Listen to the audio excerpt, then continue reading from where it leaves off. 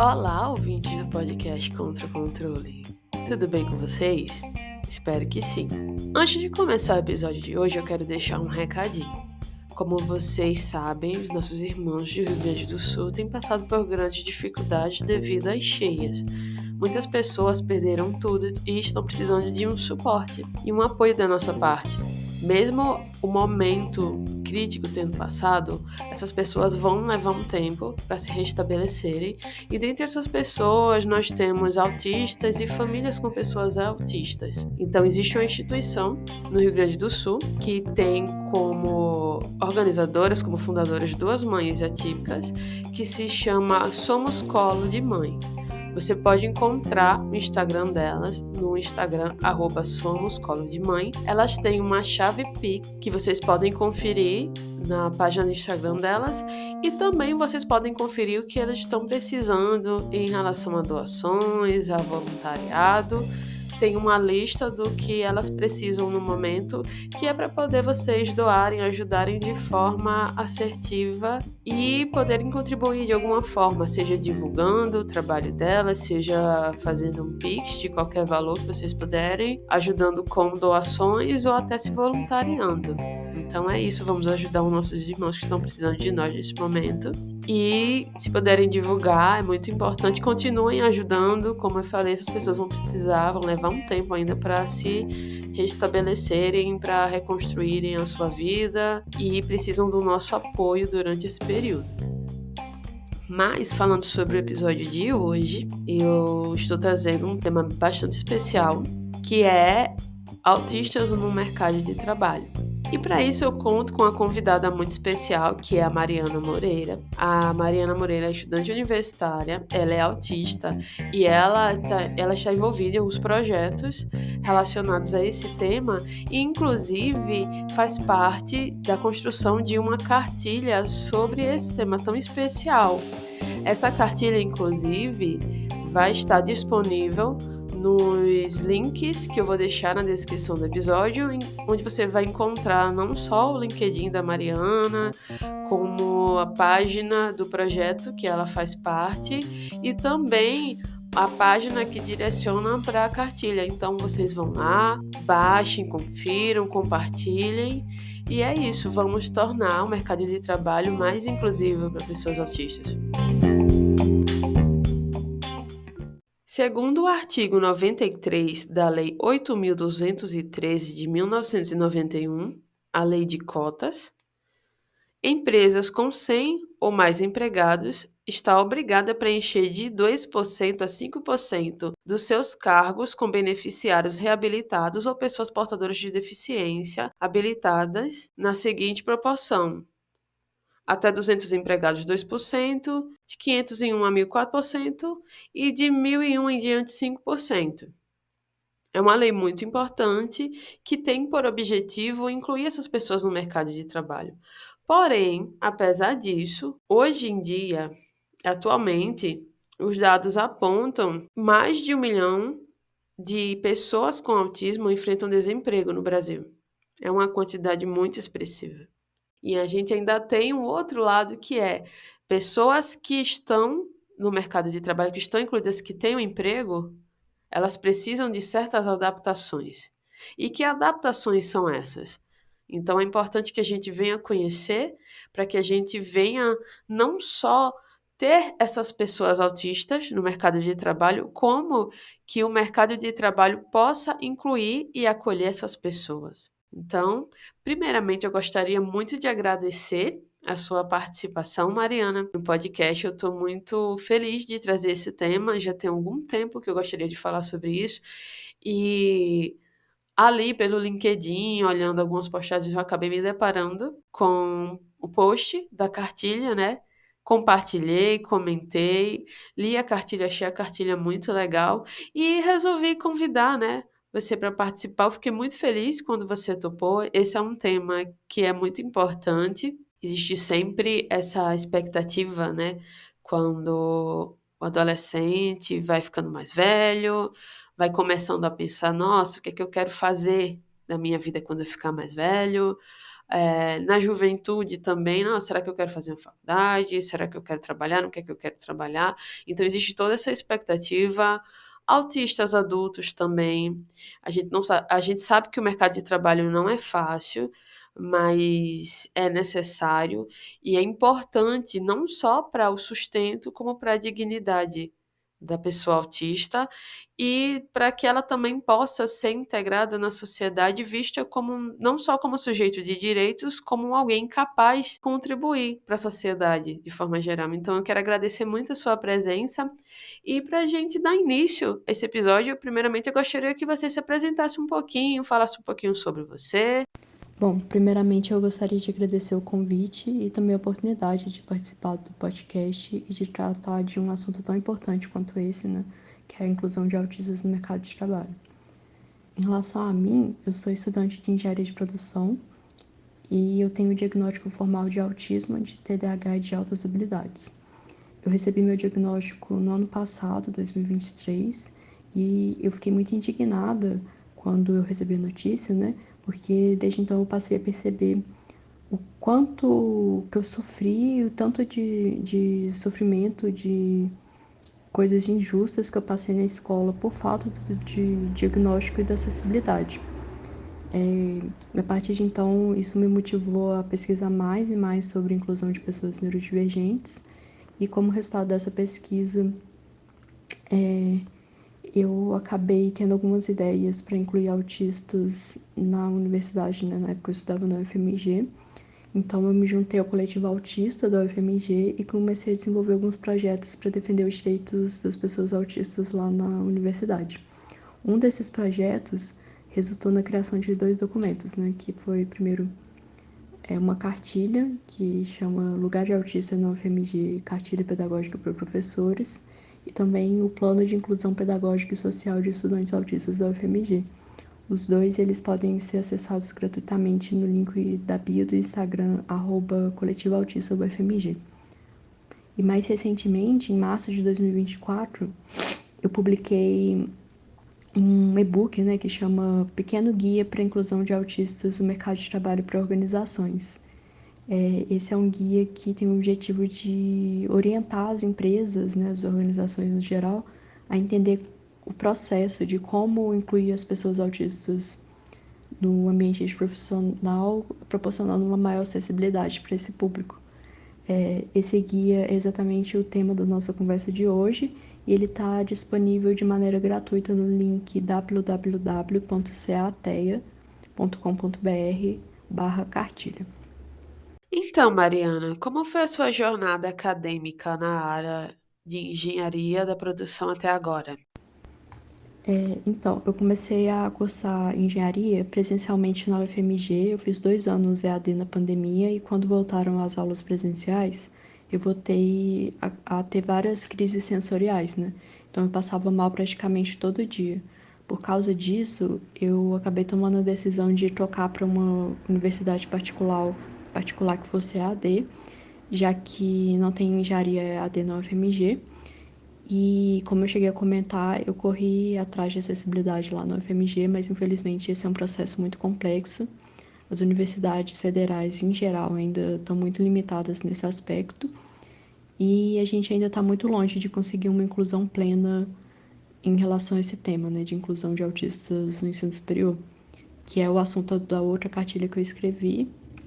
E esse tema daria assunto, assim, para se estender durante um podcast inteiro, porque também é um tema bem complexo, com várias nuances. Qual foi a sua motivação para participar da criação da cartilha Pequeno Guia para a Inclusão de Autistas no Mercado de Trabalho? A ideia que eu tive de criar a cartilha surgiu após eu assistir um congresso da USP sobre autismo. Lá foi apresentado um dado do IBGE de que 85% das pessoas autistas estão desempregadas. Isso me deixou bem perplexa e por isso eu comecei a pesquisar muito sobre o tema, acabei hiperfocando e na época coincidiu de eu estar trocando de emprego exatamente em busca de mais acessibilidade. Então eu li muitos artigos sobre isso, acumulei muita informação sobre inclusão de autistas no trabalho E por isso eu decidi escrever a cartilha para poder compartilhar o conhecimento com outras pessoas que também estão na mesma situação que eu e ocasionalmente podem se beneficiar com esse conhecimento. Quais foram os desafios que você enfrentou ou observou ao tentar ingressar e se manter no mercado de trabalho como uma pessoa autista? Com certeza seria a sobrecarga sensorial e social. Sobrecarga sensorial no sentido de um escritório cheio, com muitas pessoas conversando, luz piscando, ar-condicionado barulhento. E social no sentido de ter muitas reuniões que poderiam ser uma mensagem, um e-mail, além daquele estigma de acharem autista uma pessoa mal educada, né? Porque muitas das vezes a gente não sorri, não ri das piadas, não demonstra tanto interesse em alguns assuntos. E outra coisa também que eu já senti algumas vezes foi um excesso de expectativas, porque eu sou autista com altas habilidades. Então eu sinto que algumas pessoas em alguns lugares que eu já trabalhei ficavam com aquela imagem do autista superdotado, que sabe tudo, que é um estigma amplamente retratado na mídia, né? É o caso do Sheldon Cooper, de The Big Bang Theory, daquela série Uma Advogada Extraordinária, e aquela outra também, The Good Doctor. Então eu sempre tive essa sensação de que criavam muitas expectativas em mim, mas na prática,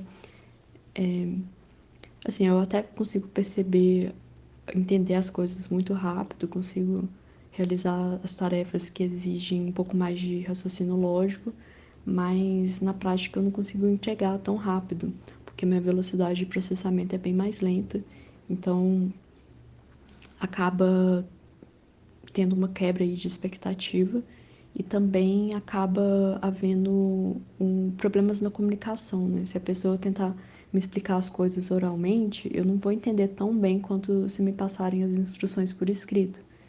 Então, tem esse problema na questão do processamento de entendimento que muitas vezes geram problemas de correspondência na comunicação entre neurotípico e pessoa autista, né? Então, esses seriam meus problemas, em resumo, sobrecarga sensorial e social e também essa questão de criação de expectativas muito estigmatizantes, baseadas na imagem de autistas como é retratada na mídia. Mas, no geral, cada pessoa autista enfrenta problemas diferentes, né? Cada autista é diferente. Mas, no meu caso, foram esses os problemas que eu mencionei. Quais são as principais barreiras para a inclusão de autistas no ambiente profissional, na sua opinião? Essa pergunta é pertinente exatamente ao tema abordado a partir da página 14 da cartilha, que traz um panorama geral sobre o estado atual da inclusão de autistas no mercado de trabalho. Em relação a esse aspecto, nós ainda não temos dados muito representativos para o Brasil, mas uma pesquisa no Reino Unido já mostrou que, quando o assunto é trabalho, autistas estão em uma situação de muito mais desvantagem, porque apresentam, né, as maiores taxas de desemprego de superqualificação. Mesmo entre as pessoas autistas que já têm diploma de graduação, que cursaram faculdade, autistas com graduação apresentam as maiores taxas de desemprego de superqualificação. Isso significa que autistas graduados têm menos chances de se colocarem no mercado de trabalho, e superqualificação seria ter mais chances, né, infelizmente, de ocupar cargos abaixo da qualificação em relação à formação da pessoa. Seria, por exemplo, o caso de uma pessoa autista que tem um diploma de graduação, por exemplo, em marketing, ou engenharia, e continua exercendo um cargo que só exigiria ensino médio. Então, consequentemente, ganha a menos por causa disso. Essa pesquisa também é muito interessante porque ela mostra que a situação dos autistas no mercado de trabalho é pior até mesmo do que a de pessoas com outros tipos de deficiência. Ou seja, as taxas de desemprego de superqualificação para autistas graduados lá no Reino Unido, que é onde foi feita a pesquisa, são piores até mesmo do que as mesmas taxas de desemprego de superqualificação para as pessoas surdas, cegas e com outros tipos de deficiência, que é algo que a gente precisa refletir, né? Tentar identificar as causas do porquê que está acontecendo. Essas taxas, como eu falei, são piores tanto para desemprego, superqualificação e também para ocupação de cargos de liderança, tá? Esse último fator de ocupação de cargos de liderança, ele está relacionado diretamente às chances de promoção de cargo, que envolvem uma questão de progressão de carreira, que tende a ser prejudicada no caso de autistas. Então, de acordo com essa pesquisa, essas seriam as maiores barreiras, e a gente pode também pensar em alguns fatores que contribuem para esse cenário. Eu diria que é o caso do estigma, da discriminação durante o processo seletivo de emprego. Muitas vezes está associado a uma avaliação preconceituosa, né, por parte do recrutador em relação aos comportamentos, do estilo de comunicação da pessoa autista. A pessoa autista nem sempre vai seguir aquele código de conduta que é esperado socialmente. Então, isso acontece devido às próprias características do autismo, mesmo que a pessoa seja extremamente competente e tenha as habilidades necessárias para exercer a função que ela está concorrendo. É puro preconceito. E a gente também pode pensar nas barreiras de formação profissional, porque a educação profissional é a base para obter conhecimento, habilidade, para ingressar no mercado de trabalho, né? Então, esses dois pontos, preconceito na seleção e lacunas na formação, já dificultam o próprio ingresso no mercado de trabalho por parte da pessoa autista. E agora, outros fatores que estão mais relacionados à permanência, a permanência da pessoa autista no trabalho, são a questão de um bullying, do preconceito dos partes dos colegas de trabalho e às vezes até da própria liderança. A gente verifica também uma falta de apoio, uma falta de acessibilidade, principalmente de acessibilidade cognitiva e sensorial, que são temas tratados na cartilha. E tudo isso, além de fatores da própria vida pessoal da pessoa autista, pode levar ela a desenvolver um quadro de problemas de saúde mental, como depressão, ansiedade, que acaba por exacerbar os fatores que contribuem para a evasão do trabalho, né? Eu diria que esses são os principais problemas, porque existe preconceito e falta de acessibilidade para a pessoa autista ingressar no mercado de trabalho, se manter no emprego e também progredir de carreira. Poderia nos dar uma visão geral dos conteúdos abordados na cartilha que você ajudou a criar? A cartilha ela tem 80 páginas, ela é totalmente gratuita e permeia vários tópicos relacionados à inclusão no trabalho, né? Primeiro, conhecer o autismo, além dos direitos de autistas no âmbito do trabalho. Depois a gente aborda processo admissional neuroinclusivo. Depois a gente fala um pouquinho sobre permanência no trabalho, questões como acolhimento, acessibilidade cognitiva, sensorial, segurança psicológica, formas de comunicação mais neuroacessíveis, como dar um feedback para a pessoa autista, progressão de carreira, autistas em cargos de liderança, entre outros aspectos. Depois a gente aborda a questão do processo demissional neuroinclusivo, né? Como proceder nesse caso da demissão. E também outros tópicos, como uma lista de empresas e de iniciativas que promovem a inclusão de autistas no mercado de trabalho. Tem uma entrevista com uma especialista que atua diretamente com esse aspecto de incluir autistas no trabalho, sugestões de livros, sugestões de sites e entre outros aspectos. Que tipo de mudanças ou adaptações você acha que as empresas precisam fazer para serem mais inclusivas para pessoas autistas? Eu acredito que as medidas estejam mais detalhadas na cartilha, mas eu posso falar aqui de maneira mais abrangente. Primeiro eu vou falar um pouco mais no âmbito geral e depois no âmbito específico para cada fase do processo seletivo, né?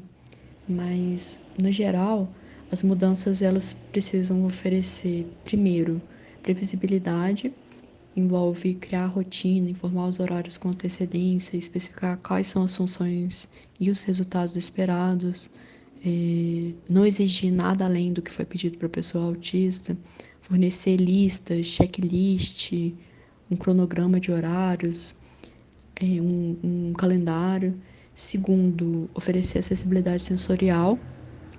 Então aí a gente precisa reduzir os estímulos do ambiente em questão de som, de cheiro, de textura, e de preferência disponibilizar uma sala para descanso sensorial, né, para ocasiões em que a gente tiver crises sensoriais, né, o tal do burnout autista. Em terceiro lugar, é importante oferecer acessibilidade cognitiva, que é respeitar o modo da pessoa de se comportar, respeitar o tempo de processamento, né, que vai influenciar no tempo que a pessoa leva para entender, responder, falar e tudo mais.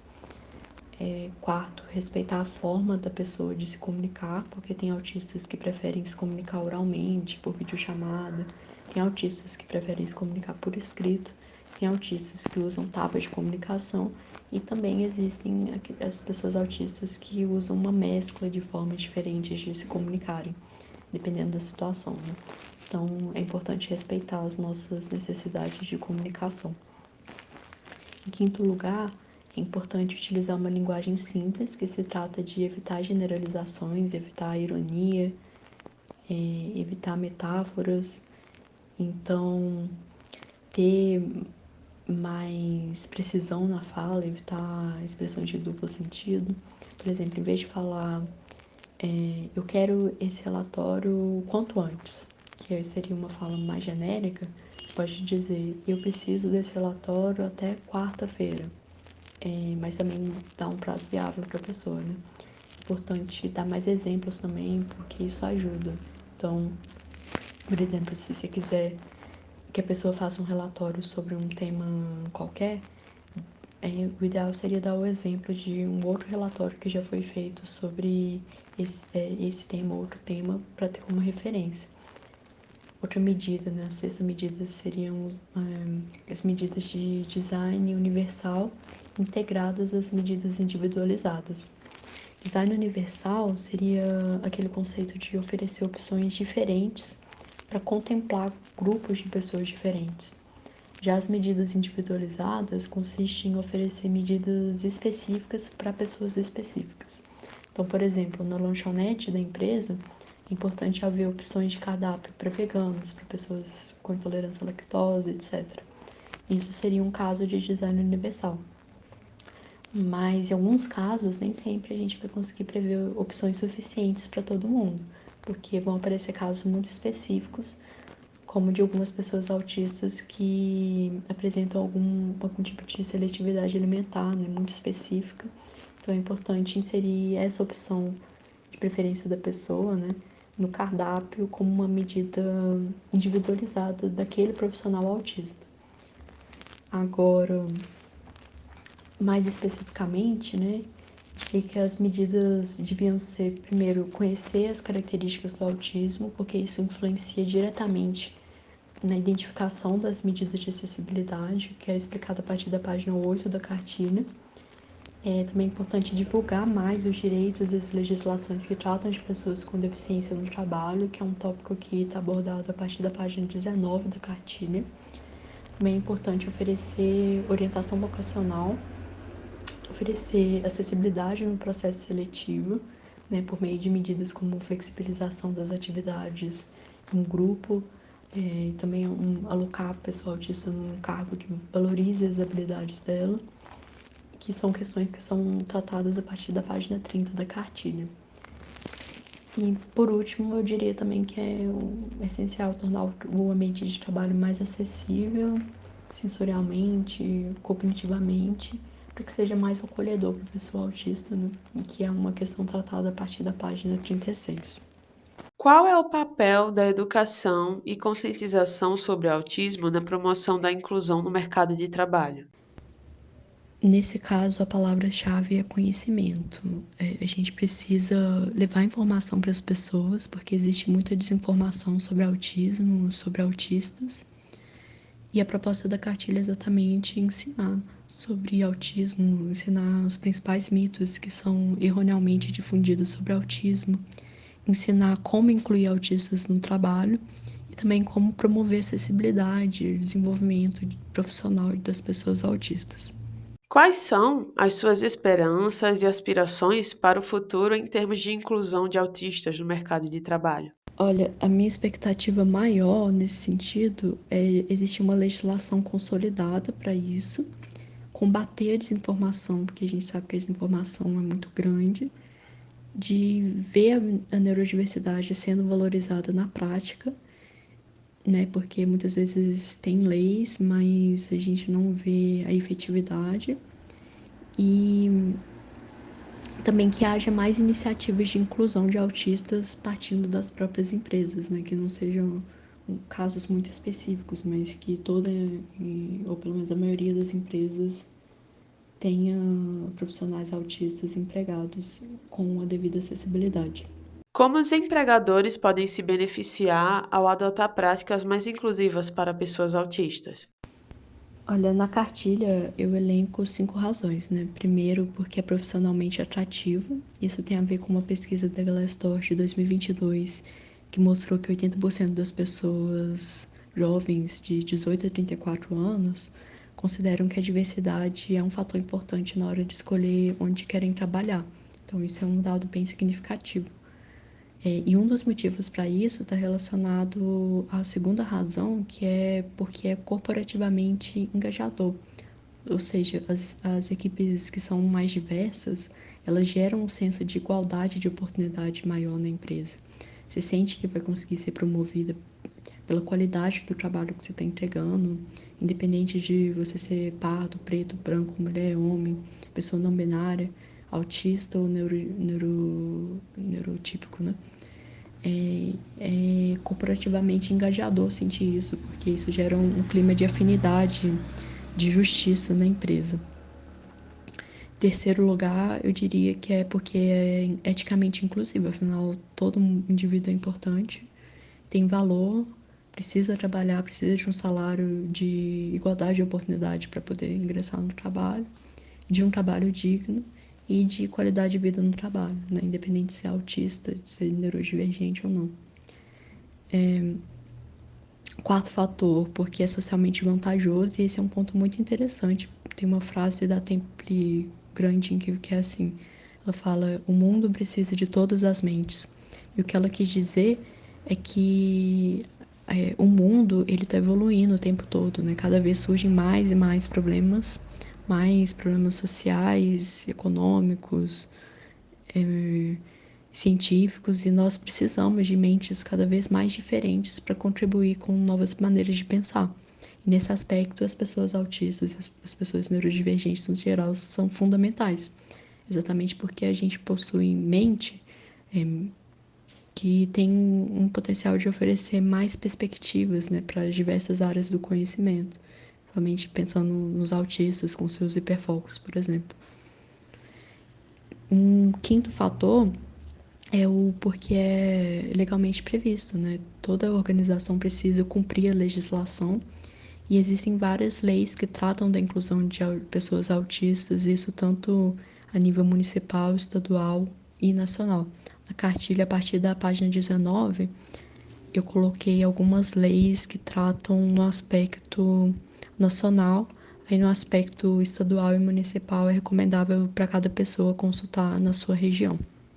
Quais conselhos você daria para autistas que estão buscando oportunidades de emprego ou tentando se destacar no mercado de trabalho? Eu diria que uma medida muito importante é ler a cartilha, porque aqui eu abordei sinteticamente o conteúdo, mas lá tem muito mais informação que eu tenho certeza que vai ser útil para muitas pessoas autistas.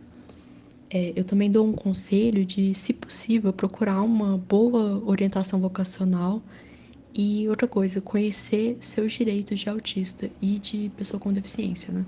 Essa é uma prática de autoadvocacy que vai te permitir identificar o que você pode fazer quando se deparar com uma situação de discriminação, uma situação de falta de acessibilidade. É importante você conhecer os seus direitos para ter como recorrer e até mesmo evitar que esse tipo de situação aconteça.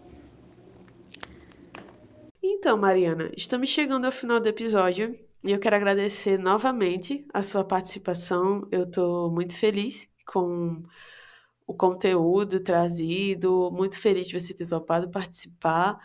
E também eu sou muito grata pela sua participação e também pela produção de um material tão importante e tão necessário na vida de tantas pessoas e no dia a dia de tantas empresas.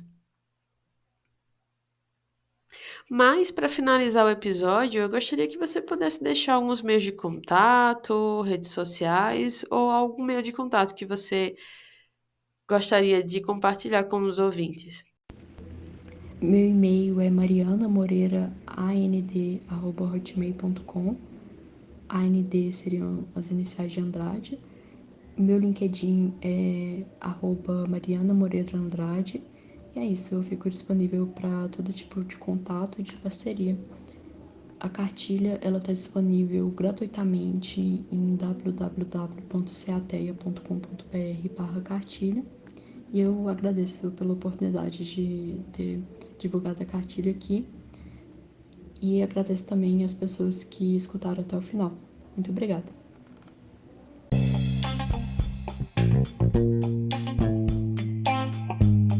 Chegamos ao final de mais um episódio do podcast Contra Controle e eu estou muito feliz de ter você comigo até aqui. Muito obrigada. Aproveita e nos segue nas redes sociais, em @podcast Contra Controle no Instagram e TikTok e podcast Contra Controle no YouTube. E também não esquece de se inscrever aqui, deixar o seu comentário, sua sugestão de novos episódios, de novos convidados, você é livre para comentar, se você quiser. E comenta, curte, compartilha, espalha essa ideia, esse projeto para a família, para os amigos, para os grupos que você faz parte. Vamos espalhar essa ideia, vamos fortalecer sua comunidade, espalhar informação, conscientização. E é isso. Até o próximo episódio. Tchau, tchau.